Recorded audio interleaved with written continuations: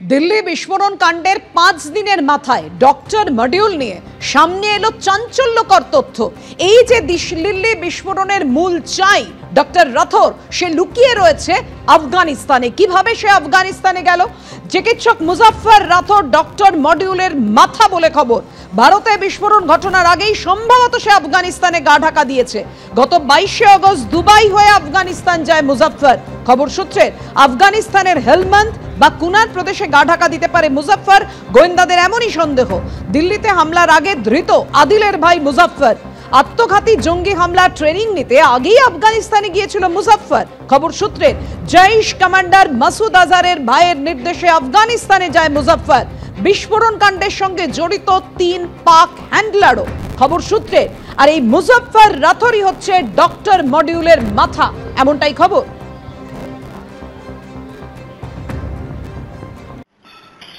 দেখুন, প্রশ্ন এখানেই উঠছে কিভাবে ঘটে গেল তাহলে এত বড় বিস্ফোরণ।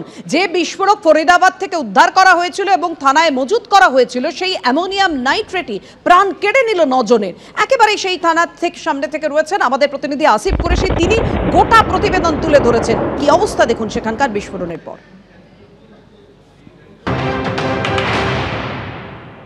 जो थाना है, अगर मैं कैमरामैन से कहूंगा वो जूम करके दिखाए कि सामने जो गाड़ी दिख रही है यही वो जगह है जहां पे पुलिस स्टेशन मौजूद है जिसमें ये धमाका हुआ।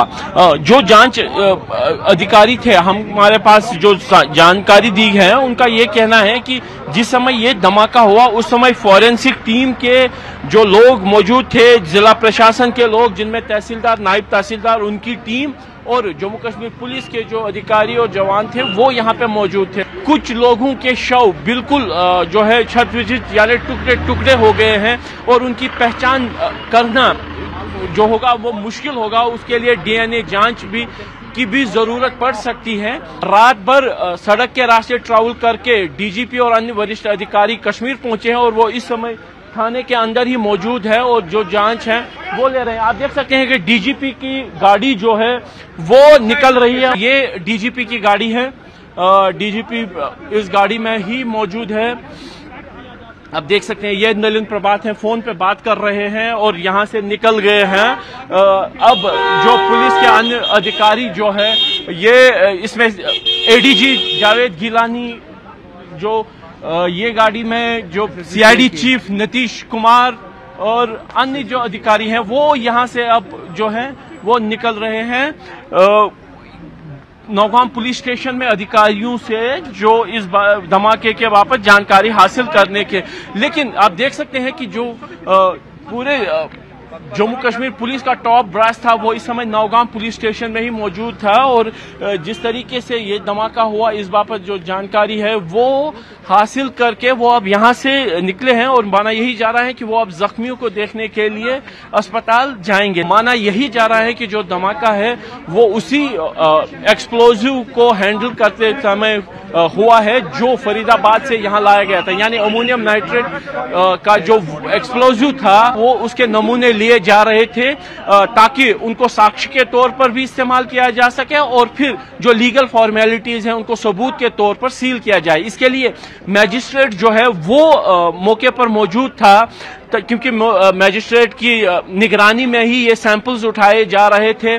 और जब ये धमाका हो गया था, धमाका इतना तीव्र था, जो सूत्र बता रहे हैं कि जो इस विस्फोटक के आसपास लोग थे उनके टुकड़े जो हैं शव के वो पूरे इलाके में बिखर गए, जबकि धमाके की वजह से जो पुलिस स्टेशन है उसकी इमारत पूरी तरीके से ढह गई, जिसके नीचे दबने से इतनी बड़ी संख्या में जो लोग हैं वो हताहत हुए हैं।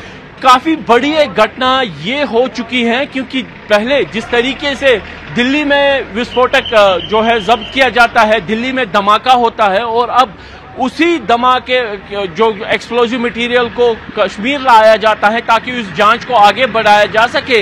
यहाँ पे उसी नौगाम पुलिस स्टेशन में धमाका होता है जहां से इस साजिश को खंगालने का काम शुरू हुआ था। इसकी शुरुआत हुई थी और एक धमाके में न सिर्फ जम्मू कश्मीर पुलिस बल्कि फॉरेंसिक टीम और जम्मू कश्मीर प्रशासन के 2 अधिकारी भी इसकी चपेट में आकर उनकी मृत्यु हो जाती है। एक बड़ी वारदात हो जाती है।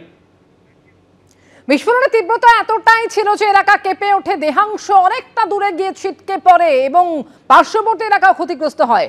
এলাকার মানুষ তারা কি বলছেন, কতটা আতঙ্কিত তারা, শুনুন।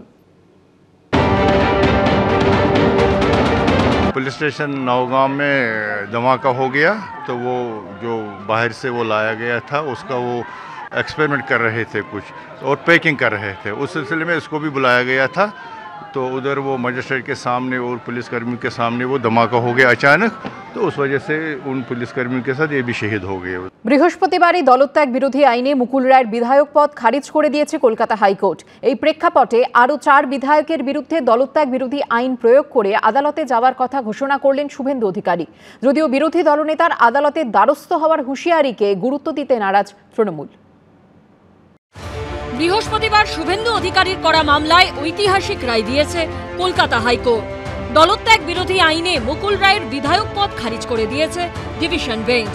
আর তারপরই এই হুঁশিয়ারি শোনা গেছিল বিরোধী দলনেতার গলায়। এর পরের পালা তন্ময় ঘোষ বিষ্ণুপুর, আলিপুরদুয়ারের সুমন কাঞ্জিলাল, হলদিয়ার তাপসী মণ্ডল, এরা প্রস্তুত থাকুক, এর পরের পালা এদের। এবার এই বিধায়কদের দলবদল নিয়েও হাইকোর্টে যাচ্ছেন বলে জানালেন শুভেন্দু অধিকারী। সোমবার দিনে হাইকোর্টে যাচ্ছি হরকালী প্রতিহার, তন্ময় ঘোষ, তাপসী মণ্ডল, সুমন কাঞ্জিলাল। এই 4 জন বিধায়কই 2021 বিধানসভা নির্বাচনে বিজেপির টিকিটে জিতেছিলেন। তারপর 2021 30 আগস্ট তৃণমূলে ফেরেন বিষ্ণুপুরের বিধায়ক তন্ময় ঘোষ। 2023 5 ফেব্রুয়ারি তৃণমূলে যোগ দেন আলিপুরদুয়ারের বিজেপি বিধায়ক সুমন কাঞ্জিলাল। 26 অক্টোবর তৃণমূলে যোগ দেন কোতুলপুরের বিধায়ক হরকালী প্রতিহার। আর চলতি বছরের 11 মার্চ তৃণমূলে যোগ দেন হলদিয়ার বিধায়ক তাপসী মণ্ডল। চ্যারিটি বিগিনস অ্যাট হোম, খুব বড় কথা। আপনি আচরি ধর্ম অপরে শিখাও। এই মামলা, হুমকি, সব শুভেন্দু অধিকারী কথা মানুষ বেদবাক্য বলে ধরে নিত যদি আপনার ঘরের মধ্যে আপনি সেটা মান্যতা দিতে পারতেন। মানুষ মেনে নিত যখন শিশির অধিকারী তৃণমূলের প্রতীকে নির্বাচিত সাংসদ, কিংবা দিব্যেন্দু অধিকারী তৃণমূলের জোড়াফুল সিম্বলে জেতা সাংসদ নরেন্দ্র মোদীর সভায় উপস্থিত না হতেন, বা তৃণমূলের হুইপ অগ্রাহ্য করে লোকসভায় গিয়ে ভোট না দিতেন, তাহলে বুঝতাম আপনি নীতি নৈতিকতা আদর্শ নিয়ে রাজনীতি করেন। আপনি নিজের ঘরে যে চরিত্র দেখিয়েছেন, তারপরে এইসব বড় বড় ডায়লগ আপনার মুখে মানায় না। 2023 27 ফেব্রুয়ারি বিধানসভার উপনির্বাচনে মুর্শিদাবাদের সাগরদিঘি আসনটি ছিনিয়ে নিয়েছিল বাম কংগ্রেস জোট। তৃণমূল প্রার্থীকে হারিয়ে জিতে আসেন সিপিএম সমর্থিত কংগ্রেস প্রার্থী বাইরন বিশ্বাস।